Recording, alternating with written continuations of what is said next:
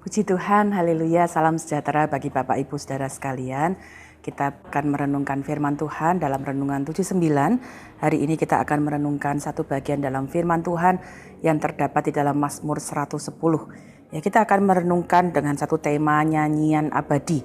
Ya, ini kita akan belajar dari Mazmur 110 adalah tertulis Mazmur Daud ya, tetapi hari ini kita akan melihat bahwa Mazmur 110 ini sebenarnya adalah sebuah mazmur yang berisi pewahyuan atau satu gambaran tentang Kristus ya.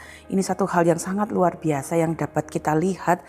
Saya akan mengajak Bapak Ibu melihat ya, Mazmur ini terdiri dari 7 ayat dan menjelaskan kepada kita siapa Kristus, dan melalui Mazmur ini kita dapat melihat bahwa Kristus ya, Yesus itu sudah diwahyukan jauh sebelum kedatangannya, dan itu bagaikan sebuah nyanyian yang abadi ya, yang kemudian dinyanyikan dan benar-benar kemudian dapat kita lihat dalam kenyataan. Pemazmur ini mengajarkan kita hal-hal yang sangat luar biasa. Apa yang dia ajarkan? Kita akan lihat pertama dalam Mazmur 110 ayat 1, Mazmur Daud.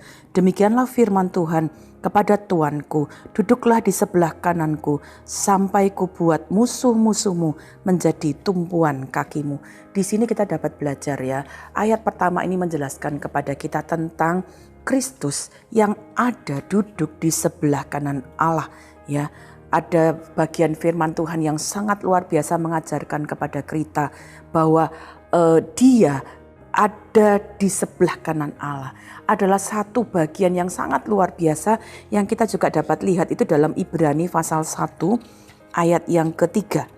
Ibrani 1 ayat yang ketiga.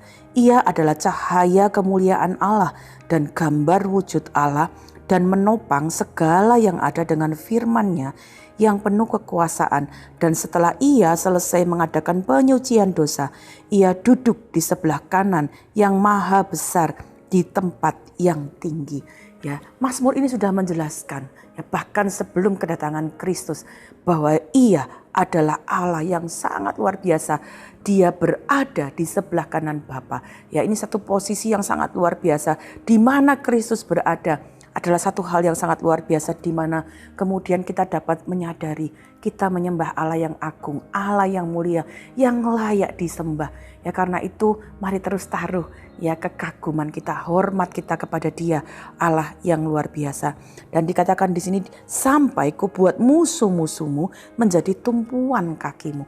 Musuh yang ada di bawah kaki itu adalah gambaran musuh yang telah dikalahkan. Ya, di sini kita dapat melihat bahwa Kristus yang kita sembah, ya, kenapa dia ada di dalam posisi di sebelah kanan Allah? Karena dia adalah Allah yang menang. Dia Allah yang sudah mengalahkan musuh. Dan kita belajar dari firman Tuhan bahwa dari kematian dan kebangkitannya kita punya Kristus yang menang. Kristus yang sudah mengalahkan maut. Dan oleh Dia kita pun dapat menjadi anak-anak Tuhan yang mengalami kemenangan di dalam Dia. Oleh sebab itu firman Allah mengajarkan kepada kita bahwa di dalam Dia kita adalah orang-orang yang menang. Ya, bahkan firman Allah mengatakan kita menjadi orang-orang yang lebih daripada pemenang. Kita bersyukur karena kita punya Allah yang menang. Kita bersyukur karena kita punya Allah yang sudah mengalahkan segala kegelapan, mengalahkan segala hal-hal yang tidak berkenan, segala hal yang menjatuhkan, segala kuasa maut ada di bawah kakinya. Kita bersyukur punya Allah yang menang, dan karena itu kita pun dapat menjadi orang-orang yang juga menang bersama-sama dengan Dia. Ayat 2 berkata, tongkat kekuatanmu akan diulurkan Tuhan dari Sion, memerintahlah di antara musuhmu. Kita dapat belajar dari ayat yang kedua tentang siapa Kristus, kuasanya, otoritasnya, kekuatannya. Ya, Dia Allah yang maha agung, Dia yang bertahta, yang memiliki tongkat kerajaan. Tongkat ada di tangan kanan. Tongkat itu gambar kuasa. Kita punya Allah yang penuh dengan kuasa. Kuasanya menyembuhkan, kuasanya memulihkan, kuasanya dapat mengokohkan, kuasanya dapat melakukan segala hal yang dapat Dia miliki untuk melakukan hal-hal yang luar biasa dalam kehidupan kita. Karena itu mari kita bersyukur kita punya Allah yang di dalam tangannya ada segala kuasa di bumi dan di surga.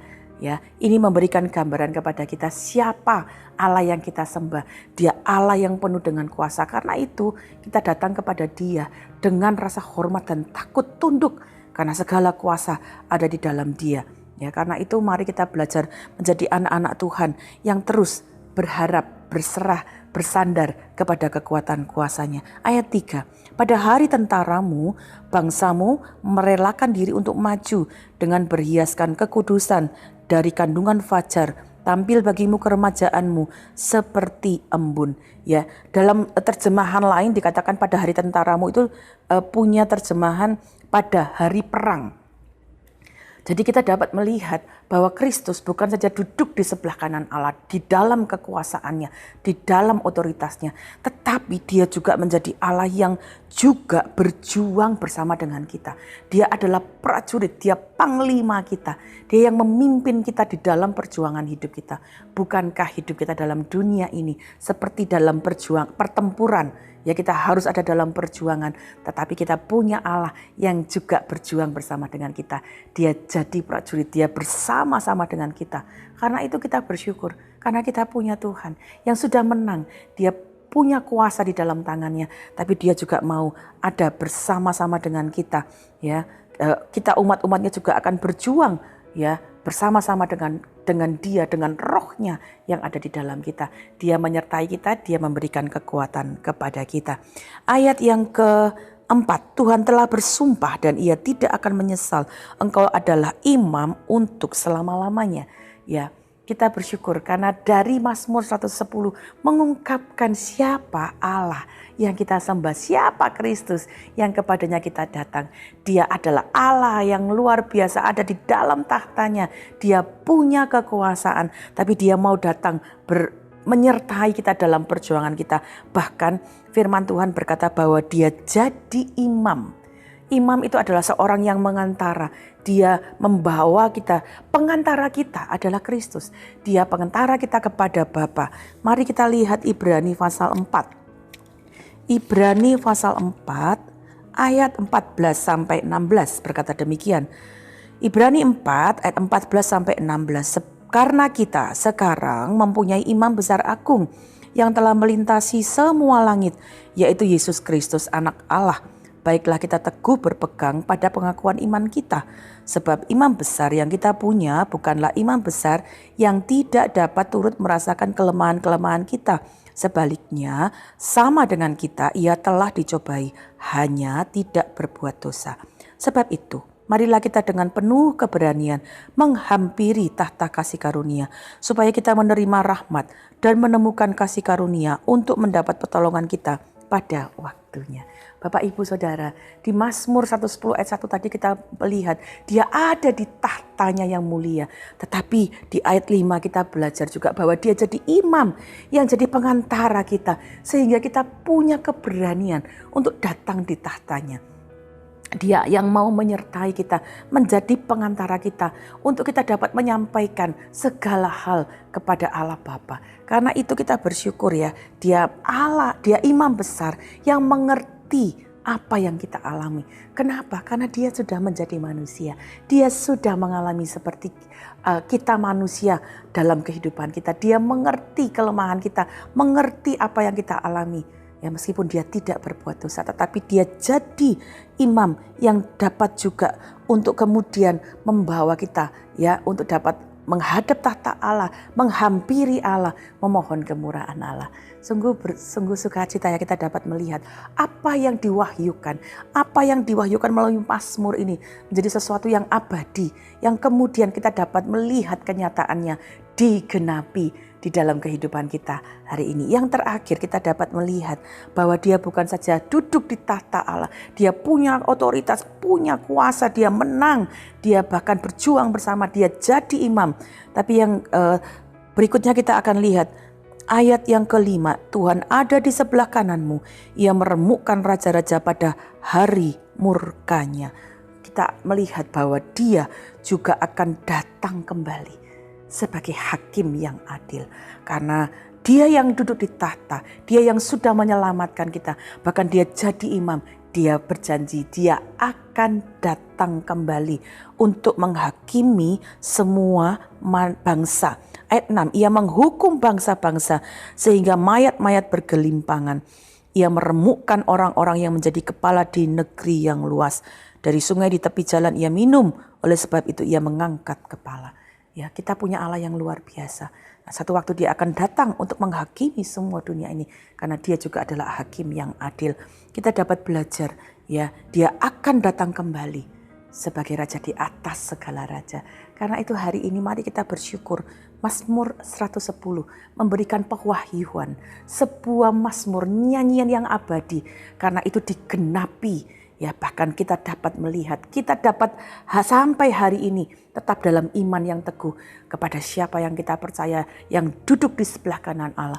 Dia yang memegang kuasa, otoritas, kekuasaan di dalam tangannya. Dia yang sudah menang, dia yang mau jadi pengantara bagi kita. Bahkan dia yang akan datang kembali. Oleh karena itu, ya, ketika kita dapat melihat wahyu ini jauh sebelumnya sudah diberitakan, sudah dinyanyikan, bahkan sudah digenapi. Mari kita tetap punya iman yang teguh kepada Kristus, Tuhan Yesus Kristus. Dia Allah yang apa yang difirmankan itu digenapi. Apa yang kita percayai itu adalah sesuatu yang kita dapat lihat kegenapannya. Karena itu tetap teguh percaya kepada Tuhan. Tetap teguh datang kepada Dia. Dia Allah yang sanggup untuk memberikan kekuatan kepada kita. Bahkan ketika kita hidup di dalam kebenarannya, ketika Dia datang kembali, kita dapat didapatinya menjadi orang-orang yang hidup dalam kebenaran. Mari kita tetap hidup, tetap takut akan Tuhan, dalam hormat kepada Tuhan, tapi juga dalam kepercayaan sepenuh kepadanya. Dia segala-galanya dalam hidup kita. Amin. Mari kita berdoa bersama. Bapa, kami mengucap syukur karena dari firman-Mu kami belajar Engkau adalah Allah yang ya dan amin. Setiap firman-Mu itu digenapi, abadi ada dalam kehidupan kami. Karena itu kami mau bersyukur karena kami dapat belajar Engkau Allah yang luar biasa, yang duduk di tahta-Mu dengan segala kekuasaan-Mu. Karena Engkau sudah menang, bahkan Engkau menjadi pengantara bagi kami. Bahkan karena itu kami mau belajar hidup dalam takut akan Tuhan, dalam kebenaran-Mu. Sehingga ketika Engkau datang kedua kali sebagai hakim yang adil, kami pun dapat belajar untuk terus hidup di dalam takut akan Tuhan. Terima kasih, berkati kami seluruh keluarga GBDI El Shaddai Magelang, supaya kami hidup di dalam takut akan Tuhan, hidup mencintai firman-Mu, melakukan firman-Mu, supaya kami didapati hidup di dalam kebenaran-Mu. Terima kasih Bapa yang baik. Di dalam Engkau ya Allah, seluruh keluarga GBDI El Shaddai Magelang juga turut dibangun menjadi tempat kediaman-Mu ya Allah di dalam roh. Terima kasih Bapa. Kami mengucap syukur untuk firman-Mu di dalam nama Tuhan Yesus Kristus. Haleluya. Amin.